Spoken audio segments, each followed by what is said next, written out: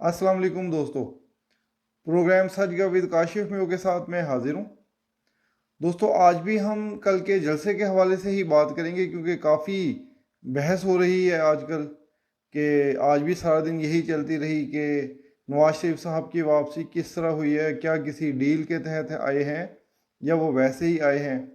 और peoples party इस मामले में बहुत ज़्यादा तनकीद कर रही है, तहरीक इंसाफ भी तनकीद कर रही है। तहरीक इंसाफ की तो खैर समझ में आता है, तो पीपल्स पार्टी क्यों कर रही है, जो कि गुज़श्ता हुकूमत में इत्तेहादी जमात भी थी। और उसके अलावा क्या जो है ना, ये आर्मी चीफ के ऊपर भी किसी किस्म का कोई बोझ था।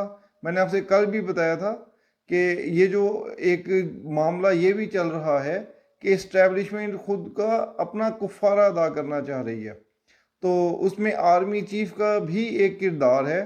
तो क्या उस कुफारे में आर्मी चीफ का हामी इसलिए भी शामिल है कि वो खुद पर कोई बोझ महसूस कर रहे हैं? तो दोस्तों, यही हमारा मौजूद गुफ्तगू है आज। तो बाकायदा आगाज़ करने से पहले हस्बे मामूल दोस्तों आपसे वही दरख्वास्त है जो मैं हमेशा कहता होता हूँ कि जिन दोस्तों ने अभी तक चैनल सब्सक्राइब नहीं किया और वो वीडियो देख रहे हैं, वो ज़रा इसे सब्सक्राइब कर दें। जिन्होंने सब्सक्राइब किया हुआ है वो वीडियो को लाइक कर दें और इसे आगे भी शेयर किया करें ताकि हमारा चैनल बढ़े। और अगर आप कमेंट भी कर दें तो उससे मुझे हौसला अफजाई होती है और मज़ीद बेहतर करने का मुझे मौका मिलेगा इससे। तो दोस्तों, अब हम बाकायदा आगाज़ करते हैं। दोस्तों, सबसे पहले जिस तरह के आपको पता है कि सच गप है, तो एक सच गप के हवाले से ही मैं इस पर बात करूंगा कि कल से कबूतरों के हवाले से एक बहुत वो चल रहा है कि क्योंकि बिल्कुल ये एक नया टच था मुस्लिम लीग नून का। इससे पहले कभी किसी जलसे में ऐसा नहीं हुआ, तो सब लोग हैरान भी हैं, कुछ परेशान भी हैं, और नून लीग वाले खुश भी हैं कि ये जो एक नया कबूतर टच आया है, तो ये क्यों आया था, कहाँ से आए ये कबूतर, कौन लाया था ये कबूतर, और फिर कहाँ चले गए ये कबूतर। तो इसी हवाले से दोस्तों मैंने आपसे कल भी बात की थी कि साकिब निसार साहब के पास भी गए और एजाजुल रहसन के पास के भी गए, बंदयाल साहब के पास भी गए। दोस्तों, इसमें एक और दिलचस्प पहलू भी है जिसका मैं आज आपसे जिक्र करूंगा कि कल स्टेज पर दो तरह के कबूतर थे। कुछ स्याह रंग के भी थे और सफ़ेद भी थे। नवाज शरीफ साहब के हाथ पर जो उन्होंने ऐसे करके उड़ाया वो एक सफ़ेद कबूतर था। सफ़ेद कबूतर आप सब जानते हैं कि सफ़ेद रंग अमन की निशानी है, अमन का पैगाम होता है, और ये जहाँ जिस तरह भी भेजा जाए वहाँ पर दोस्ती के लिए, अमन के लिए ही भेजा जाता है। तो दोस्तों, अब हमने आपको ये बताना है कि स्याह कबूतर कहाँ गया और सफ़ेद कबूतर किधर गए। तो दोस्तों, मैंने जो वैसे कि आपको कल भी बताया था कि जो सफ़ेद कबूतर हैं वो तो गए थे रावलपिंडी की तरफ, आप पारा की तरफ, और सफ़ेद संगे मरमर की तरफ भी, कि मैं किसी भी किस्म की कोई, जो कि नवाज शरीफ साहब ने खुद भी कहा कि वो कोई इंतकाम के ऊपर नहीं रखते, वो मुल्क को आगे लेके जाने की उनकी ख्वाहिश है, उनका एजेंडा है। अलबत्ता जो स्याह कबूतर गए, स्याह कबूतर दोस्तों गए थे, कोई चकवाल की तरफ गया था, कोई साकिब निसार की तरफ गया था, और एजाजुल अहसन की तरफ, और बंदयाल की तरफ, और बाजवा की तरफ जो कबूतर गए वो स्याह रंग के थे। वो स्याह रंग के गए क्योंकि उन्होंने उनके स्याह करतूत याद करवाने थे कि आप सब ने जो इस मुल्क के खिलाफ साजिशें की थी वो साजिशें बेनकाब हो चुकी हैं, और जिसके खिलाफ साजिशें की थी वो बंदा सुरखरू हो चुका है। आज उसमें लाखों लोगों ने जो इस्तकबाल किया, जिस चीज़ की निशानी थी कि वो जो साजिशें करने वाले थे वो इस वक्त मुंह छुपाते फिर रहे हैं, और जिसके खिलाफ साजिशें की थी वो सुरखरू होके आ गया है। तो दोस्तों, ये तो एक लाइटर वेट में बात करनी थी। अब हम आते हैं अपने असल मौजू की तरफ कि नवाज शरीफ साहब की जो वापसी है, क्या वो किसी डील का नतीजा है, और क्या नवाज शरीफ साहब अब अपना साबिका मौकफ तब्दील कर लेंगे इस डील के बाद। तो दोस्तों, बात यह है कि नवाज शरीफ साहब इस वक्त तकरीबन 70 साल से जायद के हो चुके हैं, तो उनका जो मौकफ है वो है सिविलियन बालादस्ती का। तो जाहिर सी बात है वो जो उनकी एक सोच है, उनका एक अंदाज हुकूमत था, वो अब नहीं तब्दील हो सकता। और कुछ अर्सा पहले जो एक इरफान सदीकी साहब ने कॉलम भी लिखा था, उसमें भी उन्हें नवाज शरीफ साहब को बहुत रंज और तकलीफ में उन्होंने बताया कि वो हर तरह की कोशिशों के बावजूद वो अपने इक़्तिदार की मुद्दत पूरी नहीं कर पाते थे। गुज़श्ता हुकूमत में तो उन्होंने भरपूर कोशिशें की। तो क्या अब ऐसा क्या हुआ है कि जो इस्टेब्लिशमेंट दोबारा राज़ी भी हो गई है नवाज शरीफ साहब को लाने के लिए, जबकि क्या नवाज शरीफ साहब अपना मौक़िफ़ तब्दील कर लेंगे? तो दोस्तों इस हवाले से ये है कि नवाज शरीफ साहब का जो एक मौक़िफ़ है कि तमाम इदारे अपने अपने दायरा कार में रहकर काम करें, तो वो उस मौक़िफ़ पर कायम हैं। और अगर नवाज शरीफ साहब वज़ीर आज़म बन गए तब भी वो उस पर कायम रहेंगे। लेकिन इस्टेब्लिशमेंट को क्या ज़रूरत है? अब दोस्तों बात यह है कि इस्टेब्लिशमेंट के पास भी कोई और चारा नहीं था। मैंने आपको गुज़श्ता व्लॉग में भी बताया था कि इस्टेब्लिशमेंट भी अपना कुफ़ारा अदा करना चाह रही है। उसमें आर्मी चीफ़ का जो किरदार है, वो आर्मी चीफ़ का किरदार ये है कि जब ये पैनामा हो रहा था तो उस वक्त जो मालूमात लेकर आए थे जो इनके खलीजी ममालिक में से, उस वक्त ये जो जनरल आसिम मुनीर साहब उस वक्त वो लेफ्टिनेंट जनरल थे, तो ये इनका बहुत अहम किरदार था। वहाँ से दुबई से और अमारात से जो मालूमात आई थी वो यही लेकर आए थे। अपने उसमें इनके ज़ाती ताल्लुकात भी थे। तो कहीं ना कहीं पर वो अपने ऊपर बोझ महसूस करते हैं कि शायद इसमें मेरा भी कुछ किरदार था, और उसी वजह से शायद वो अब उसका कुफारा अदा करने के लिए एक बार दोबारा नवाज शरीफ साहब को वज़ीर आज़म बनवाना चाहते हैं।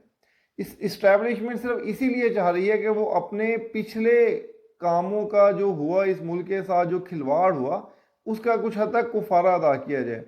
नवाज शरीफ अपने मौक़िफ़ से इस हद तक ज़रूर पीछे हट गए हैं कि वो किसी के ख़िलाफ़ कोई इंतकामी कार्रवाई नहीं करना चाहते, किसी जज के ख़िलाफ़, किसी जर्नैल के ख़िलाफ़ या किसी भी और शख्स के ख़िलाफ़।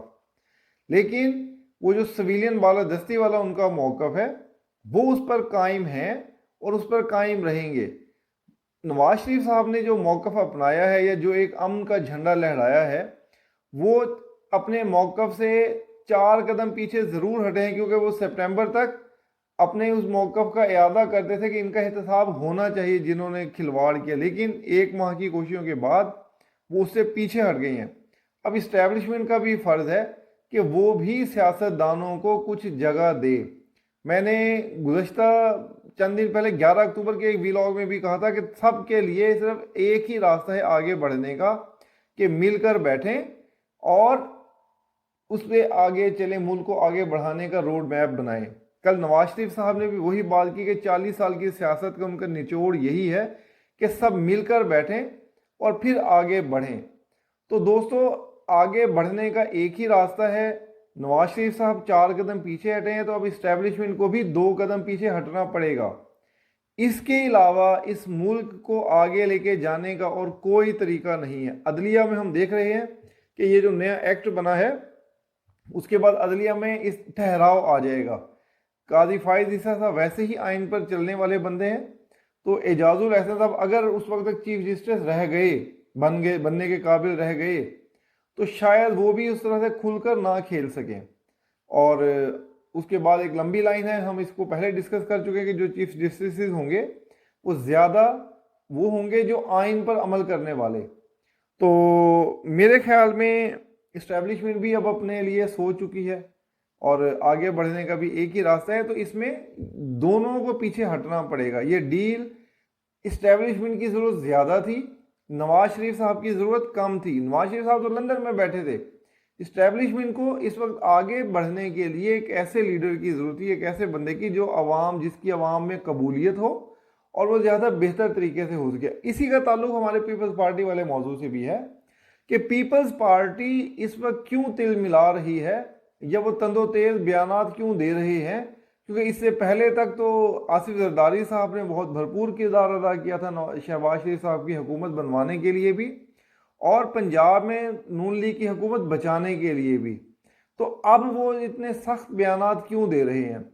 उसकी एक वाज़ेह वजह है दोस्तों कि पीपल्स पार्टी को ये यकीन था कि 16 माह की हुकूमत के बाद वो कुछ ऐसा कर लेंगे अगले इंतखाबात में कि वो बिलावल को वज़ीर आज़म बनवा देंगे।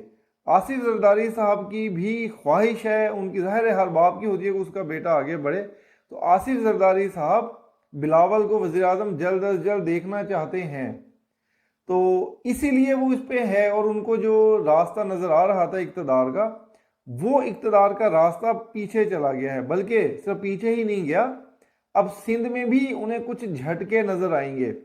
سندھ میں ایک اور اتحاد بننے والا ہے جس میں تمام اپوزیشن جماعتیں ہوں گی، اور نواز شریف صاحب کے آنے کے بعد اس اتحاد میں جان پڑے گی۔ نواز شریف صاحب بھی سندھ میں اپوزیشن کا کردار ادا کریں گے، لیکن یہ بھی حقیقت ہے کہ جب بھی حکومت بنی، اور زیادہ امکان ہے کہ نون لیگ کی حکومت بنے گی اور سادہ اکثریت کے ساتھ بنے گی، تو نواز شریف صاحب پیپلز پارٹی سمیت تمام جماعتوں کو ساتھ لے کر چلیں گے، اور استحکام کا واحد راستہ بھی یہی ہے۔ تو دوستو، ابھی تک پیپلز پارٹی کو صرف غصہ اسی لیے ہے کہ وہ اقتدار میں نہیں آ سکتے۔ اسٹیبلشمنٹ پیپلز پارٹی کو کیوں نہیں لا رہی اقتدار میں؟ اس کی وجہ یہ ہے کہ اقتدار کا ہوا اسی کے سر پہ بیٹھتا ہے جس کی پنجاب میں مقبولیت زیادہ ہو۔ آصف زرداری صاحب کا پہلے خیال تھا کہ وہ کچھ سیٹیں پنجاب سے لے لیں گے، کچھ وہ اپنا بلوچستان سے اور سرحد سے، اور اس کے علاوہ سندھ میں تو ان کی ویسے ہی ان کا خیال ہے کہ وہ بہت زیادہ سیٹیں لے لیں گے، تو اس طرح سے ان کو تھا کہ میں بلاول کو بنوا لوں گا۔ لیکن پنجاب میں ابھی پیپلز پارٹی کے پاس کچھ بھی نہیں ہے ایسا، اور اسٹیبلشمنٹ اس وقت مزید رسک ایسا نہیں لے سکتی کہ وہ دوبارہ سے پیپلز پارٹی کے لیے ایسی جدوجہد کرے جیسے انہوں نے عمران خان کے لیے 2018 میں کی تھی۔ جو بھی ہو، جیسی بھی مہنگائی ہو، لیکن پنجاب میں نون لیگ کا ووٹ بینک سب سے زیادہ ہے اور نون لیگ کی اکثریت ہے، تو اسٹیبلشمنٹ کو کوئی فائدہ نہیں تھا کہ وہ نون لیگ کی بجائے پیپلز پارٹی کی حمایت کر دی۔ اسی لیے انہوں نے نواز شریف صاحب کی اس انداز میں واپسی کو قبول کیا ہے۔ نواز شریف صاحب کے موقف کو جانتے بوجھتے ہوئے انہیں دوبارہ اقتدار میں آنے کا موقع دے رہے ہیں، اور اپنے لیے وہ یہ کہتے ہیں کہ ایک بار نواز شریف صاحب کو اقتدار میں لائیں گے، اپنا کفارہ بھی ادا کریں گے، اور انہیں بھی یہ لگتا ہے کہ ملک کے لیے نواز شریف صاحب زیادہ بہتر انداز میں چلا سکتے ہیں۔